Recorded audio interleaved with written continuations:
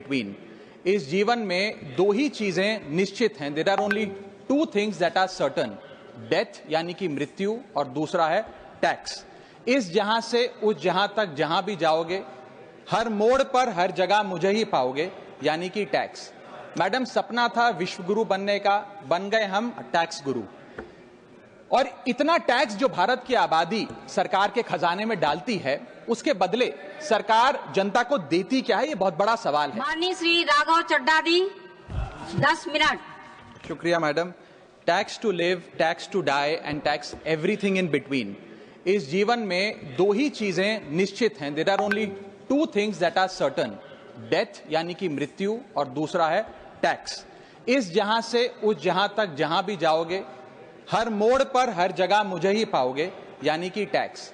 Madam, सपना था विश्व गुरु बनने का, बन गए हम टैक्स गुरु। और इतना टैक्स जो भारत की आबादी सरकार के खजाने में डालती है, उसके बदले सरकार जनता को देती क्या है, ये बहुत बड़ा सवाल है। कौन सी ऐसी हाई क्वालिटी सर्विस है जो फ्री ऑफ कॉस्ट जनता को दी जाती है? क्या हमें quality health care free of cost मिलता है? नहीं मिलता। क्या हमें वर्ल्ड क्लास एजुकेशन मिलती है? नहीं मिलती। क्या हमें फ्री वर्ल्ड क्लास ट्रांसपोर्टेशन मिलता है? नहीं मिलता। क्या हाई क्वालिटी रोड्स मिलती हैं? अगर अच्छी हैं तो टोल टैक्स भरना पड़ता है। क्या 24 घंटे 7 दिन बिजली आती है? नहीं आती। तो इतना सारा जो टैक्स सरकार इकट्ठा करती है, उसका करती क्या है? इसीलिए मैं कहना चाहता हूं दैट वी इन इंडिया पे taxes like in developed countries to get services like in sub-Saharan countries. Madam, from the moment a child is born to the very moment his family mourns his death, the government is there at every step, not to help you but to tax you. और आइए एक रोमांचक यात्रा पे चलते हैं। माननीय वित्त मंत्री जी हर बार मेरे सवालों का जवाब देते हुए मुझ पर तंज कसती हैं और कहती हैं कि शायद ये चार्टर्ड अकाउंटेंट नहीं है, इनकी डिग्री असली नहीं है, तमाम तरीके की बातें मेरे बारे में कहती हैं, निजी हमले करती हैं। मैं उनका बहुत सम्मान करता हूं, मेरे मन में उनके प्रति बहुत आदर है, ओहदे में, हैसियत में, उम्र में, अनुभव में बहुत बड़ी है मुझसे। लेकिन आज मैं इस सीए की डिग्री को किनारे करके सरल भाषा में आम आदमी की तरह इस देश के आम आदमी का दर्द आपके सामने रखना चाहता हूं कि कैसे हमारे जन्म होने से लेकर हमारे मरने तक टैक्स पे टैक्स सरकार हमसे वसूलती है। मैं आपके सामने जीवन के 8 चरण, 8 स्टेजेस ऑफ लाइफ रखना चाहता हूं। फर्स्ट स्टेज ऑफ लाइफ, जब इंसान पैदा होता है, that is the birth stage. बच्चे के पैदा होने से पहले, उसकी आंखें खुलने से पहले जो उसको वैक्सीन लगती है, उस पर 5% जीएसटी लगता है। जिस अस्पताल में बच्चा पैदा होता है, उस हॉस्पिटल के कमरे के चार्जेस पर अगर 5,000 रुपए से ज्यादा का कमरा हो तो 5% जीएसटी लगता है। बेबी केयर के आइटम्स पे 5% जीएसटी लगता है। और अगर उसके माता पिता बच्चे के पैदा होने पर मिठाई बांटे तो मिठाई पर 5% और चॉकलेट पर 18%, 28% जीएसटी लगता है। दूसरा चरण जीवन का इन्फेंसी और चाइल्डहुड यानी कि बचपन। बचपन में बेबी फूड जो खरीदा जाता है उस पर 12 से 18% जीएसटी, डाइपर जो खरीदा जाता है उस पर 12% जीएसटी, बेबी स्ट्रोलर पे 5 से 12% जीएसटी, और जो खिलौने बच्चे को दिए जाते हैं उन खिलौनों पर भी 12% जीएसटी लिया जाता है। जब मुंडन होता है बच्चे का, पहला हेयर कट जिसे कहते हैं, उस हेयर कट की सर्विसेज पर भी 18% जीएसटी, और पहली बर्थडे पार्टी पर जो फोटोग्राफी होती है, फोटो खिंचवाई जाती है, उस फोटोग्राफी सर्विसेज पर भी 18% जीएसटी। यहां तक कि नामकरण की बर्थडे पार्टी जो की जाती है उस पर भी, केटरिंग सर्विसेज से लेकर खान पर 18% जीएसटी सरकार वसूलती है। अब बच्चा स्कूल जाना शुरू करता है तो स्कूल जाने पर यूनिफॉर्म से लेकर जूतों, स्कूल बैग, लंच बॉक्स, सब पर जीएसटी लगता है। 12% जीएसटी नोटबुक पर लगता है, 18% जीएसटी स्टेशनरी आइटम पर लगता है। और उसके बाद अगर कोई एक्स्ट्रा करिकुलर एक्टिविटी बच्चे को करनी हो, कोई म्यूजिक क्लास करनी हो या फिर कोई स्पोर्ट्स कोचिंग की क्लास वो ले ले, उस पर भी 18% जीएसटी देना पड़ता है। प्राइवेट ट्यूशन ले तो उस पर भी जीएसटी, और पहली साइकिल जो बच्चा खरीदता है उस पर भी 12% जीएसटी देना पड़ता है। तीसरी अवस्था जीवन की, टीनेज ईयर्स, ये वो काल होता है जो सबसे मस्त मौला टाइम होता है जीवन का, बेहतरीन बेफिक्री का।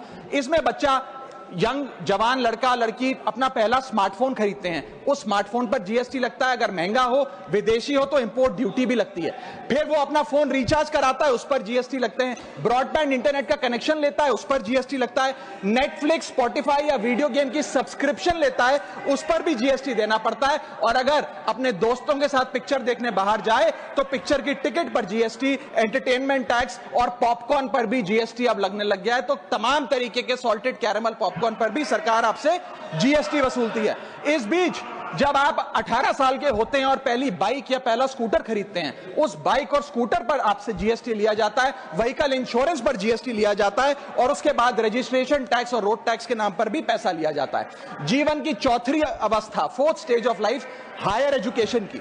इस हायर एजुकेशन की अवस्था में आप यदि प्राइवेट कॉलेज में पढ़ रहे हैं तो प्राइवेट कॉलेज की ट्यूशन फी पर जीएसटी लगता है। हॉस्टल में रह रहे हैं या पीजी का रेंट भर रहे हैं तो उस पर जीएसटी लगता है। स्टूडेंट लोन की प्रोसेसिंग फी पर जीएसटी लगता है। किताबों से लेकर लैपटॉप तक जीएसटी लगता है। और अगर माता पिता संपन्न हैं और बच्चे को विदेश भेजते हैं पढ़ने के लिए तो फॉरेन रेमिटेंस पर टैक्स कलेक्टेड एट सोर्स सरकार लागू करती है। अब आते हैं पांचवी अवस्था पे, जब वो अपना करियर शुरू करता है। ये वो एज है जिसे मैं golden age of direct taxes कहूंगा। अब ये डायरेक्ट टैक्स के जंजाल में आदमी फंस जाता है इस उम्र में, जब उसकी पहली नौकरी लगती है। तो नौकरी में आमदनी अनुसार उसके स्लैब रेट के हिसाब से उस पर टीडीएस पहले काटा जाता है, मानो जेब काटी जा रही हो, और फिर इनकम टैक्स वसूला जाता है। जब पहली बार उसको पगार मिलती है, वेतन मिलता है, वो माता पिता या दोस्तों को बाहर खाने पे ले जाता है, पिक्चर दिखाने ले जाता है, उस खाने के बिल पर भी सरकार जीएसटी वसूलती है। और जैसे जैसे उसकी सैलरी बढ़ती है वैसे वैसे स्लैब अनुसार उससे इनकम टैक्स वसूला जाता है। इसके बाद आज वर्क फ्रॉम होम का कल्चर चल रहा है, तो वर्क फ्रॉम होम में इंटरनेट बिल्स हो, ब्रीफकेस हो, लैपटॉप हो, इन सारी चीजों की खरीद पर सरकार जीएसटी लेती है। और अगर आप ये पैसा निवेश करें, इस निवेश करने पर आप कोई भी फाइनेंशियल इंस्ट्रूमेंट खरीदें तो सिक्योरिटी ट्रांजैक्शन टैक्स के नाम पर, मैडम मेरा समय जा रहा है, कोई फाइनेंशियल इंस्ट्रूमेंट खरीदे तो फाइनेंशियल इंस्ट्रूमेंट की खरीद पर सिक्योरिटी ट्रांजैक्शन टैक्स, उसकी ब्रोकरेज पर जीएसटी, और जब आप ये फाइनेंशियल इंस्ट्रूमेंट बेचते हैं तो उसके मुनाफे पर सरकार आपसे कैपिटल गेन टैक्स वसूलती है। यहां तक कि हेल्थ इंश्योरेंस और लाइफ इंश्योरेंस प्रीमियम्स पर भी सरकार आपसे जीएसटी लेती है। इसी सरकार के मंत्री माननीय गडकरी जी भी सरकार से यही गुजारिश कर रहे हैं कि इंश्योरेंस प्रीमियम पे कम से कम जीएसटी हटा दिया जाए। इसके बाद इंसान अपने जीवन की छठी अवस्था में आता है, यानी कि मिडिल एज। इसमें उसकी आमदनी भी पीक पर होती है और उसका टैक्सेशन भी पीक पर होता है। अप्रेजल होता है, प्रमोशन होता है, बोनस मिलता है, और हाई टैक्स स्लैब के चलते वो अपनी कमाई का एक अधिकांश हिस्सा इनकम टैक्स में सरकार को जमा कराता है। इस दौर में इंसान गाड़ी खरीदता है, घर बनाता है। जब गाड़ी खरीदता है तो जीएसटी देता है, रोड टैक्स भरता है, व्हीकल इंश्योरेंस पर जीएसटी भरता है, और जब गाड़ी लेकर शोरूम से निकलता है तो पेट्रोल डीजल पर वैट, सेस और एक्साइज ड्यूटी के नाम पर पैसा भरता है। जब सड़क पर गाड़ी चलाता है तो टोल टैक्स भरता है। फिर वो अपना घर भी खरीदता है, जमीन खरीदता है। जब जमीन खरीदता है तो स्टैंप ड्यूटी फीस सरकार को देता है। जब कंस्ट्रक्शन मटेरियल खरीदता है घर बनाने के लिए तो कंस्ट्रक्शन मटेरियल पे, चाहे वो सीमेंट हो, मार्बल हो, स्टील हो, उस पर जीएसटी देता है। उसके बाद जब कंस्ट्रक्शन सर्विसेज लेता है किसी बिल्डर से, ठेकेदार से, कॉन्ट्रैक्टर से, तो उस कंस्ट्रक्शन सेवाओं पर भी जीएसटी सरकार आपसे वसूलती है। और जब घर बन जाए तो एनुअल प्रॉपर्टी टैक्स और हाउस टैक्स के नाम पे आपसे पैसा लिया जाता है। और जब आपको पैसे की आवश्यकता पड़े और आप ये घर बेच दें तो कैपिटल गेन्स पर भी सरकार आपसे उस मुनाफे पे टैक्स वसूलती है। और इस बीच शादी तो रह ही गई, फिर इंसान शादी करता है, इस बीच तो बैंक्वेट हॉल बुक करता है, उस बैंक्वेट हॉल की बुकिंग पे टैक्स भरता है। शामियाना, खाना, केटरिंग सर्विसेज लेता है, उस पर जीएसटी भरता है। ज्वेलरी खरीदता है, उस पर जीएसटी भरता है। कपड़ा, शेरवानी सिलवाता है, कुर्ता पजामा, सूट पैंट, उस पर जीएसटी भरता है। यहां तक कि वेडिंग इन्विटेशन से लेकर, ब्राइडल मेकअप से लेकर, हनीमून के ट्रैवल तक हर चीज पर सरकार आपसे जीएसटी वसूलती है। सातवीं अवस्था सरकार जीवन की, वो है रिटायरमेंट। इस फेज में इंसान चाहता है आरामदायक जीवन जिया जाए, जो जीवन में कमाया उस कमाई के सहारे उसकी इंटरेस्ट पर, पेंशन पर जिया जाए। लेकिन इस अवस्था में भी सरकार पेंशन और इंटरेस्ट इनकम पे आपसे टैक्स लेती है।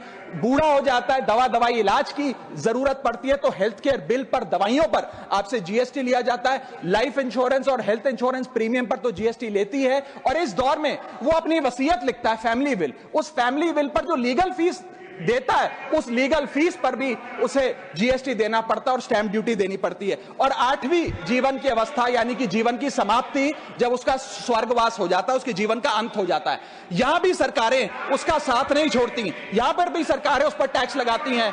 जब कोई इंसान मरता है तो उसके अंतिम संस्कार में देसी घी, चंदन वुड, नारियल, इत्तर जैसा सामान इस्तेमाल होता है, उस पर भी जीएसटी लगता है। और जब उसके मरने के उपरांत अखबार में ऑबिचरी की इश्तेहार छपाया जाता है, उस पब्लिकेशन ऑफ ऑबिचरी न्यूज़पेपर पर भी 5% सरकार जीएसटी लेती है। और मरने के बाद जब प्रॉपर्टी उसके बच्चों को या परिवार वालों को दी जाती है, उस म्यूटेशन पर भी सरकार आपसे ड्यूटी सेस लेती है।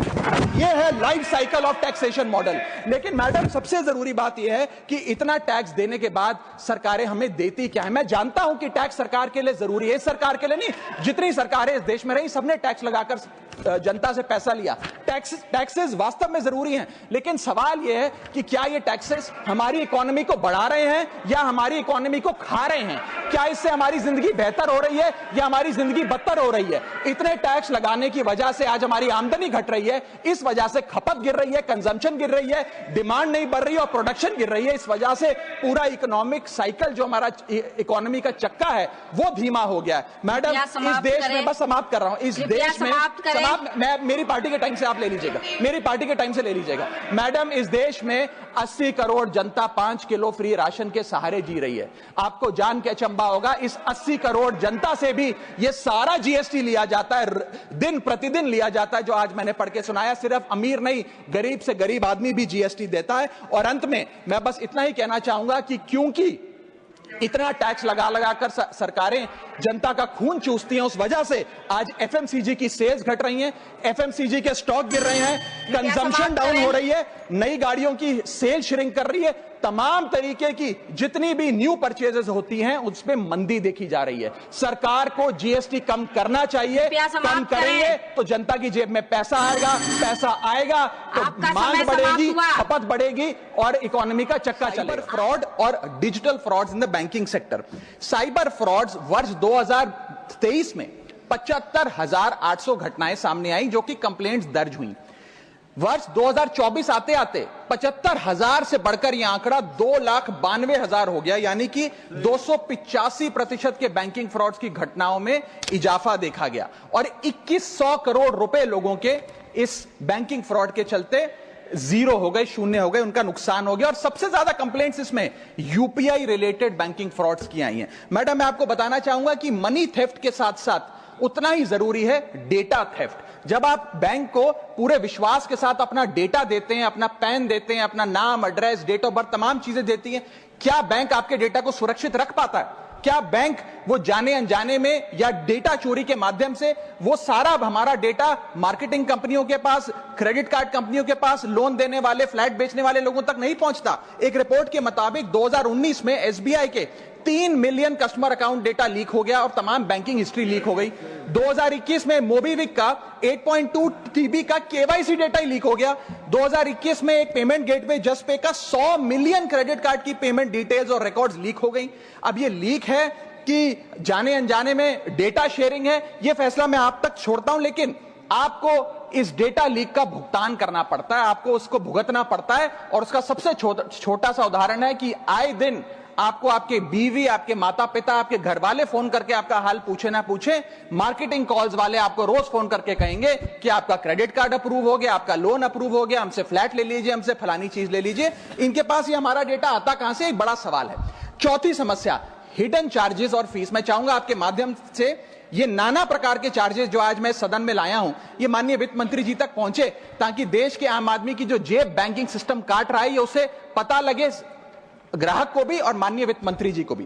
पहला, मिनिमम बैलेंस पेनल्टी। यदि आप न्यूनतम बैलेंस नहीं रखते हैं तो 100 से 600 रुपए प्रति माह बैंक आपका काट लेता है।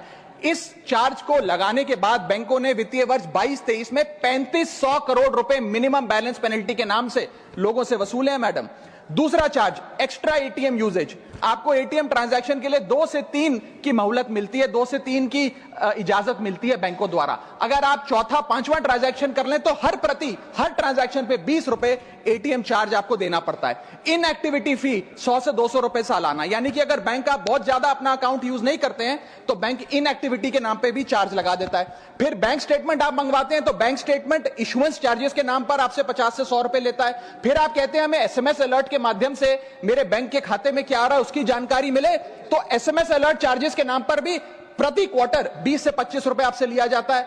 ऑनलाइन पेमेंट करेंगे एनईएफटी की तो ट्रांजैक्शन फी भी ली जाती है। जबरदस्ती आपको पहले लोन बेचते हैं और फिर उसके बाद लोन प्रोसेसिंग फी के नाम पर 1 से 3% लोन अमाउंट का काट लेते हैं। और जब आपकी किस्मत ठीक चल रही हो और आप समय से पहले अपना लोन बकाया जो है उसका भुगतान करने बैंक पहुंच जाएं, तो loan pre closure charges, early payment penalty के नाम पर भी बैंक आपसे पैसा वसूलता है। साधारण सा सिग्नेचर बदलवाना हो, नॉमिनी की डिटेल्स बदलवानी हो, उस चेंज पर भी 200 रुपए प्रति ट्रांजैक्शन के नाम पे बैंक आपसे पैसा वसूलता है। और डिमांड ड्राफ्ट पे ऑर्डर बनाने जाएं तो 100 से 200 रुपए प्रति डिमांड ड्राफ्ट आपसे पैसा वसूलता ही वसूलता है। यानी कि कस्टमर्स की जेब काटी जा रही है और कस्टमर्स को पता भी नहीं लगता कि कितना पैसा बैंक इन नाना प्रकार के चार्जेस के चलते आम आदमी से वसूल रहा है। मेरा 5वां और आखिरी point madam, insurance and investment product miss selling. अपने क्वार्टरली या मंथली टारगेट्स पूरा करने के लिए बैंक के एग्जीक्यूटिव मिस सेलिंग करते हैं, गलत प्रोडक्ट लोगों को बेचते हैं। यह भी एक प्रकार का हनी ट्रैप है। मीठी मीठी बातें कर भोले भाले मासूम लोगों को ऐसे प्रोडक्ट्स बेच दिए जाते हैं जिनकी जरूरत उन्हें है ही नहीं। IRDAI, insurance regulatory development authority of India की एक रिपोर्ट बताती है कि 3.5 लाख सालाना कंप्लेंट्स में से 20% कंप्लेंट्स सिर्फ और सिर्फ मिस सेलिंग की, गलत प्रोडक्ट बेचने की उन्होंने दर्ज करी हैं। सेबी की एक रिपोर्ट बताती है कि 30% इन्वेस्टर मिसलीडिंग इंफॉर्मेशन का शिकार हैं। और म्यूचुअल फंड्स की मदर बॉडी, जिसे association of mutual fund of India कहते हैं, वो बताती है कि 23%, मैं खत्म कर रहा हूं मैडम, 23% इन्वेस्टर ऐसे हैं जिनके पास वो प्रोडक्ट्स हैं जो उनके रिस्क प्रोफाइल और फाइनेंशियल गोल से मेल ही नहीं खाते हैं। तो मैडम, मैं इन सारे जो समस्याएं बताई हैं उसके माध्यम से समाप्त कर रहा हूं। बस इतना ही कहना चाहूंगा कि ये बड़ी बुनियादी समस्याएं हैं जो आज इस देश का एक आम अकाउंट धारक, एक आम आदमी सफर कर रहा है। मैं चाहूंगा माननीय वित्त मंत्री जी इन बुनियादी सुविधाओं का, इन बुनियादी समस्याओं का समाधान दे।